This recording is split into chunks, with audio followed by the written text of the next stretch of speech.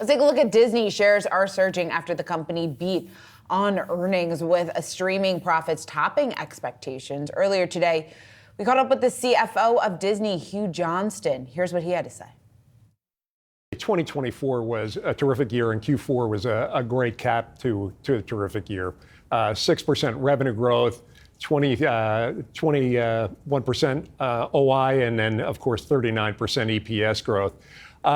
And in terms of the way we thought about the business, we've got two back-to-back billion-dollar movies. We've got terrific things going on with women's college basketball and college football. So certainly feel great about all of that. In addition to that, the streaming service now has turned significantly profitable for 2 quarters in a row. And then, of course, we had a record year in the experiences business. And then last but not least, streaming, we added about 6 million subs over the third quarter. So I think it's a combination of all of those factors and the portfolio working. The fact that we've been investing in those things as well and the fact that we've got sort of good visibility into the future is what has led us to provide forward guidance. And I think the confidence that we have in those investments, whether it's the investments in streaming or the investments in the experiences business, is what's leading investors to basically look at the guidance and say, yeah, this is something that we're really bought into. We feel very positively about it. So certainly the creativity that's coming out of the studios, and then it just sort of plays its way right through the entirety of the Disney company.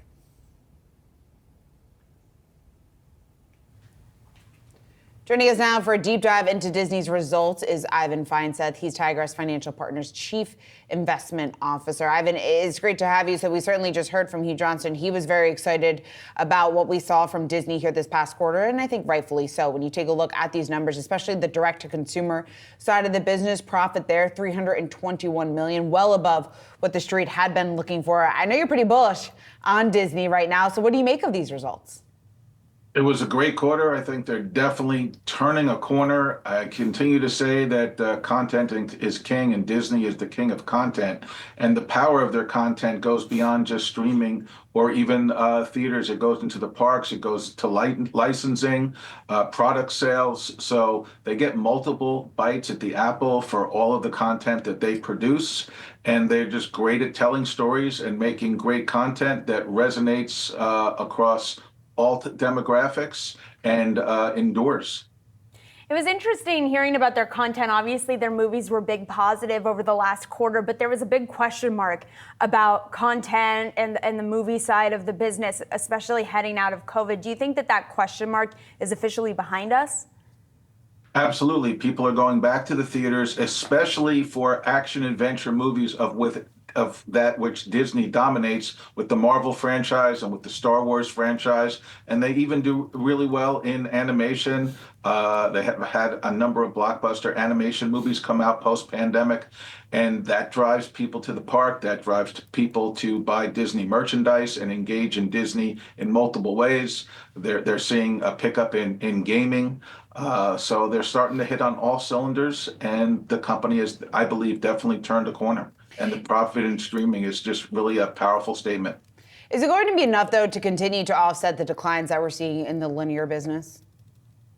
I believe so. I believe that the creation that Bob Iger did of Disney Plus before the pandemic and turned out to be an incredible move. And I think we're just going to see this move toward direct-to-consumer streaming as consumers can engage in the content they want on the platforms that they want to view it on. And the decline in linear TV, for the most part, has been anticipated for a long time. It's interesting that you say that it's been anticipated, because it makes me wonder about their outlook over the next 2 and 3 years, which they included, and that was a huge positive from the street's point of view. How do you rate their assessment? Does your math kind of agree with their outlook moving forward here? For the most part, it does. I believe we will continue to see the growth in streaming. They have multiple platforms addressing multiple audiences. I mean, live sports is also a powerful driver of viewership. They have both the fully paid for subscription model and an advertising paid subscription model, which they're expanding, and more and more companies want to advertise on platforms that they can better target the audience and get a better response and measure of the return on their invested advertising dollar. And Disney helps with that. Ivan, how are you thinking about the successor discussions, various reports coming out just in terms of who that is going to be, whether it's going to be an executive inside the company, whether or not they're going to tap outside talent? How are you evaluating that just in terms of how critical it is and in who they pick this time around?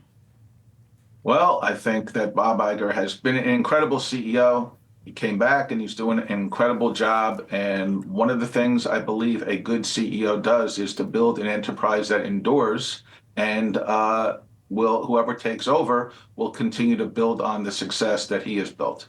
Would you prefer internal or external for that candidate? I always prefer companies hire from within. It builds a good culture within the company. So I hope that they do that. All right, Ivan, thank you so much for joining us this morning. Really appreciate it. Thank you.